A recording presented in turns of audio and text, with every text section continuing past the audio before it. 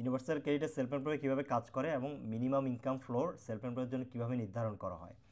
So প্রথমে বলি self এমপ্লয়টা কীভাবে কাজ করে।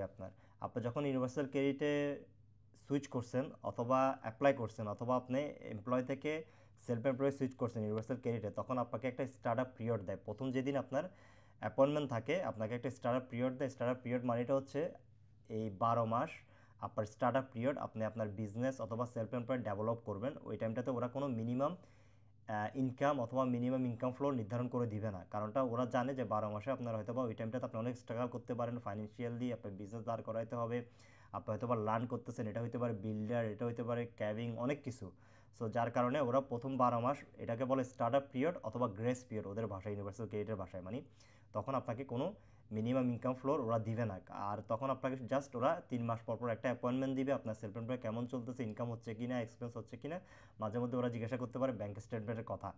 তারপর যখন স্টার্ট আপ পিরিয়ড অথবা গ্রেস পিরিয়ড শেষ হয় 1 বছর বা 12 মাস, তখন তারা একটা মিনিমাম ইনকাম ফ্লোর নির্ধারণ করে। এই ইনকাম ফ্লোরটা কীভাবে তারা ক্যালকুলেশন করে, হিসাব করে কীভাবে। সো এক একজনের জন্য এক এক রকম, কাপড় হলে একরকম, আপনার একজন এমপ্লয় আরেকজন সেলফ এমপ্লয় হলে আরেক রকম, আবার যারা আপনার half employ half self employ তাদের জন্য আরেক রকম মিনিমাম ইনকাম ফ্লোরটা।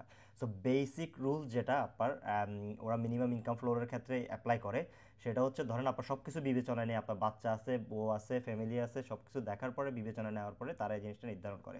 সো বেসিক রুল, ধরেন আপনি সব কিছু দেখার পরে, কনসিডার করার পরে ওরা চিন্তা করে যে এই লোকটা অ্যাজ এ সেলফ এমপ্লয়েড হিসাবে চাইলে 35 আওয়ার্স অথবা 30 আওয়ার্স জব করতে পারে।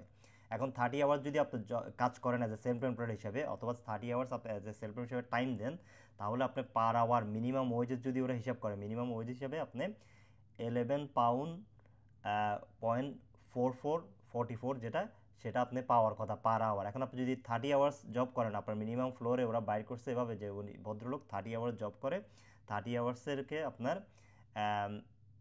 11.44 দিয়ে পূরণ দিবে, যেটা বর্তমানে মিনিমাম ওয়েজ। সেটা দিয়ে পূরণ দেওয়ার পরে উইকলি আপনার বের করবে, উইকলি থেকে এটা তারপর বছরে নিবে। এখন বছরে নিতে হলে কি ওরা যে জিনিসটা করবে, 52 উইকস দিয়ে আপনার এটাকে পূরণ দিবে। সো আপনার প্রথমে সপ্তাহে বের করবে, আপনি যদি 30 ঘন্টা কাজ করেন সপ্তাহে কত টাকা আসবে, যে টাকাটা আসবে সপ্তাহে পূরণ দেওয়ার পরে, এরপর এটাকে 52 উইকস, যেটা ইয়ারলি 52 উইকস দিয়ে পূরণ দিবে। 52 উইকস দিয়ে পূরণ দেওয়ার পরে পুরো বছরের আপনার টোটাল অ্যামাউন্টটা পাবে। টোটাল অ্যামাউন্টটা পাওয়ার পরে এবার মান্থলি নিবে অ্যাভারেজ, আপনি মান্থলি কত টাকা ইনকাম করতে পারেন। সো ওরা আপনার পুরা টোটালটা পাওয়ার পরে এরপর 12 মাস দিয়ে ভাগ দিবে, ভাগ দেওয়ার পরে আপনার সেটাকে অ্যাভারেজ তারা পাবে। অ্যাভারেজ পাওয়ার পরে বলবে এটা হচ্ছে আপনার মান্থলি অথবা অ্যাসেসমেন্ট পিরিয়ডে আপনার মিনিমাম ইনকাম ফ্লোর। সো এখন মিনিমাম ইনকাম ফ্লোর কিন্তু জেনারেলি অনেক high as a self employ হিসাবে, আবার যারা এমপ্লয় তাদের জন্য মিনিমাম ইনকাম লেভেল খুবই লো। সেটা নিয়ে অনেকজনে অনেক কথা বলতেছে, অলরেডি অনেকগুলো গ্রুপ সরকার সাথে এটা নিয়ে আলোচনা করতেছে যে মিনিমাম ইনকাম ফ্লোর সেলফ এমপ্লয়দের ক্ষেত্রে অনেক বেশি আর এমপ্লয়ের ক্ষেত্রে কম কেন। এটা যেন সামঞ্জস্যতা থাকে অথবা এটা যেন সেম করা হয়, হয়তো ফিউচারে এটা চেঞ্জ হতে পারে, nobody knows. And thanks for watching, hope that help.